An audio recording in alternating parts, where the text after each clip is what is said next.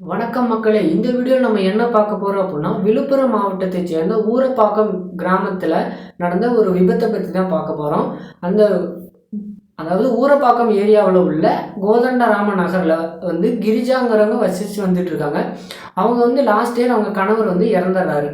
அந்த அவர்களுடைய கணவர் இறந்ததுக்கப்புறம் அந்த கிரிஜாவுடைய தங்கை, மகள், மருமகன், பேத்தி அவங்க 5 பேரும் துபாய்க்கு போயிடுறாங்க.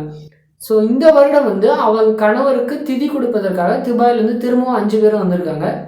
அந்த 5 பேரும் மேல் ஃப்ளோரில் குடியிருக்காங்க. கீழே சுந்தரம் அப்படிங்கிறவங்களுக்கு வாடகை விட்டுருக்காங்க.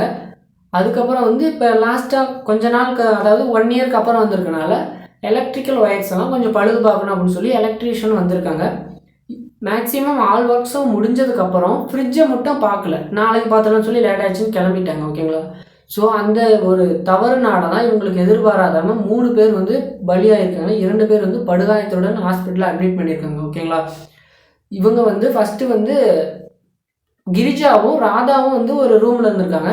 பார்கவி, அவருடைய கணவர் ராஜ்குமார், குழந்தை ஆராதயா, அவங்க தனியாக ஒரு ரூமில் இருந்திருக்காங்க. ஓகேங்களா? ஸோ அந்த 2 பேர் இருந்த ரூமில் தான் ரெஃப்ரிஜரேட்டர் இருந்திருக்கு. அந்த அதிகாலை 3:20 மணி அளவில் கரண்ட்டை விட்டு விட்டு வந்திருக்கு. ஏன்னா மழைக்காலம் இல்லையா, விட்டு விட்டு வந்தனால இந்த ஹை எலக்ட்ரிக்கல் பவர்னால எதிர்பாராததுனா ஃப்ரிட்ஜ் வெடிச்சிருச்சு. அந்த இடத்துல சத்தம் வந்தனாலையும் புகை மூட்டம் அதிகமாக இருந்தனாலையும் கிரிஜாவும் ராதாவும் எந்த விதமான சைகை இல்லாமல் உடல் கருகி இறந்துட்டாங்க. அதற்கப்புறம் ராஜ்குமார் என்னமோ புகை மண்டலமாக இருக்கேன்னு வந்ததுனால அவரும் எதிர்பாராத விதமாக இறந்துட்டார்.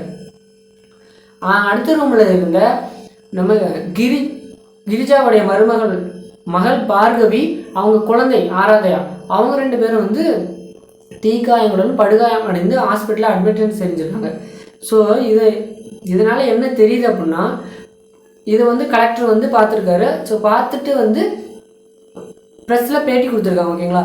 என்ன பேட்டி கொடுத்துருக்காங்க அப்படின்னா, அதாவது லாஸ்ட் இயரில் தான் இவங்க வெளிநாடு போயிருக்காங்க. இப்போ திதி கொடுக்க வந்தனால ஆக்சுவலாக 1 இயர்ஸ் ஆயிடுச்சு. ஸோ அந்த 1 இயர் கேப்பில் எலக்ட்ரிக்கல் ஒயர்ஸ்லாம் நிறைய பழுதாயிருச்சு. அதனால் ஹை பவர்னால தான் இவங்களுக்கு ஷாக் ஆகிடுச்சு, ஃப்ரிட்ஜ் வெடிச்சிருக்கு அப்படின்னு சொல்லியிருக்காங்க. ஓகேங்களா? ஸோ இந்த ரொம்ப நாள் பூட்டி இருந்த வீட்டில் குடியேறுகிற யாராக இருந்தாலுமே இந்த ஃப்ரிட்ஜு, இந்த மாதிரி எலக்ட்ரிக்கல் ஐட்டம்ஸ் எல்லாத்தையுமே ஒரு தடவை எலக்ட்ரீஷியனை வச்சு செக் பண்ணிட்டு அப்புறம் தான் யூஸ் பண்ணணும், அப்புறம் தான் குடியே வரணும் அப்படின்னு சொல்லி அந்த ஏரியாவுடைய கலெக்டர், அதாவது விழுப்புரம் மாவட்ட கலெக்டர் பொதுமக்களுக்கு ஒரு அறிவுரை கூறியிருக்காரு. அது மட்டும் இல்லாமல் அந்த ஏரியாவில் இந்த விபத்தினால ரொம்ப எல்லாருமே சோகமாக இருக்காங்க. ஓகேங்களா? சரி, ஓகே, தேங்க்ஸ் ஃபார் வாட்சிங்.